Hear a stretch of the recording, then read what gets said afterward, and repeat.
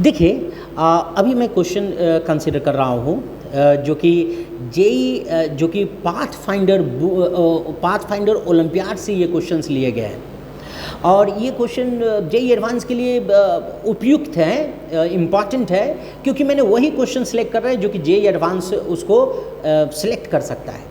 अच्छे questions conceptual. Okay, तो चलते इस क्वेश्चन को। देखिए आप देखे होंगे रोलर को, ये रोलर मिल में उसमें होता क्या है, बहुत सारे सिलेंडर्स, यूनिफॉर्म सिलेंड्रिकल रोलर्स, ये करीब करीब में कनेक्टेड होते हैं, फ्रीली रोटेट करते हैं, उस पर बॉडी आते रहती है ना और रोलर घूमता रहता है, आपने देखा होगा ना वेरियस प्लेसेस पर।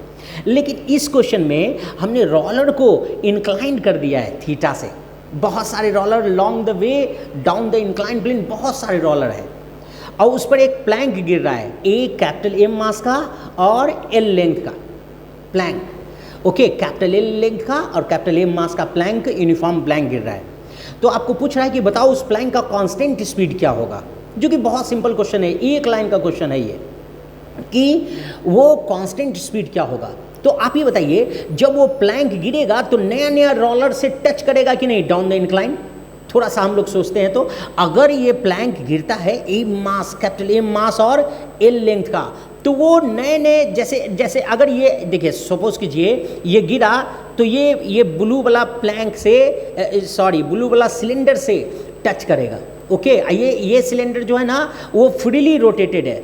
ओके, तो देखिए हम यही कहना चाह रहे हैं कि वो प्लैंक फॉल कर रहा है और नए नए सिलेंडर से टच करता जाएगा, तो उसका स्पीड पाया गया है कांस्टेंट। तो आपको एग्जाम में पूछ रहा है कांस्टेंट स्पीड क्या होगा डाउन द प्लेन। तो चलिए बनाइए इसको। तो क्या लिखेंगे, टॉर्क का फॉर्मूला ले लीजिए। तो टॉर्क इक्वल्स क्या होगा, आर क्रॉस एफ, और आर क्या होगा, स्मॉल आर हो जाएगा इसका रेडियस रोलर का।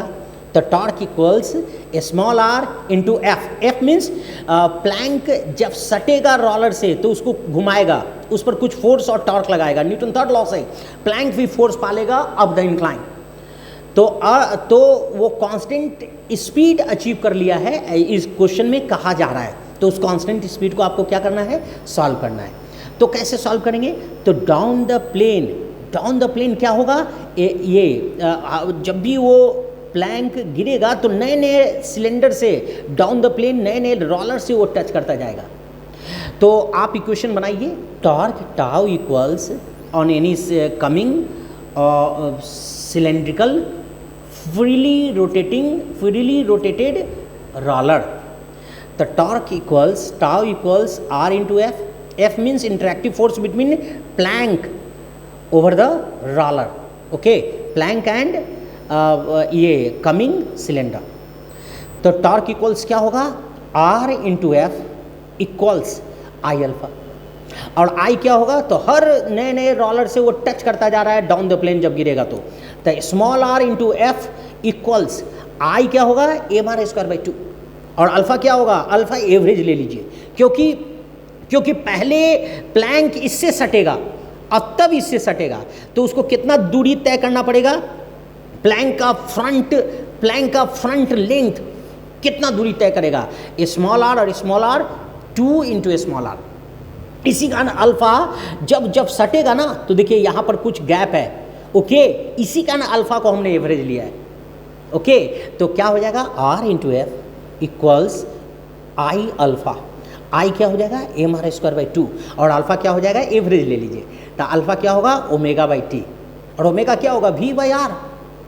ओमेगा आपने पढ़ा होगा, V equal to R omega.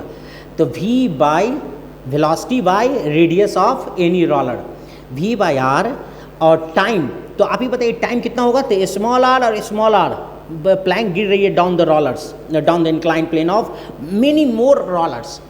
तो कितना हो जाएगा, ये अल्फ़ा की जगह पर ओमेगा बाई टी, और ओमेगा की जगह पर v by radius divided by t की जगह पर क्या रख देंगे, 2 into small r divided by velocity.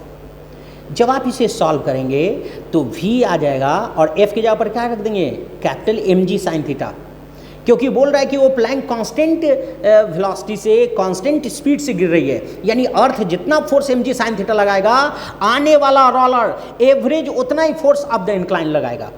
Okay तो आप वो इक्वेशन बना लीजिए। तो जब आप सॉल्व करेंगे तो स्पीड इक्वल्स आएगा under root capital M small g into 4 into r sine theta divided by small M.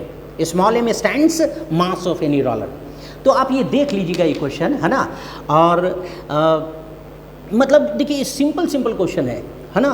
तो हम ऐसे ऐसे क्वेश्चन से हम लोग कॉन्सेप्ट क्लियर करने की कोशिश करेंगे। आप समझ गए होंगे मेरा ये इस क्वेश्चन से क्या मैंने क्या यहाँ पर क्वेश्चन को डील किया है कि बहुत सारे इंक्लाइन प्लेन पर बहुत सारे रोलर्स है थीटा एंगल से, और उस पर एक प्लैंक गिराई गई है, तो प्लैंक कांस्टेंट स्पीड से गिरती हुई देखी गई है।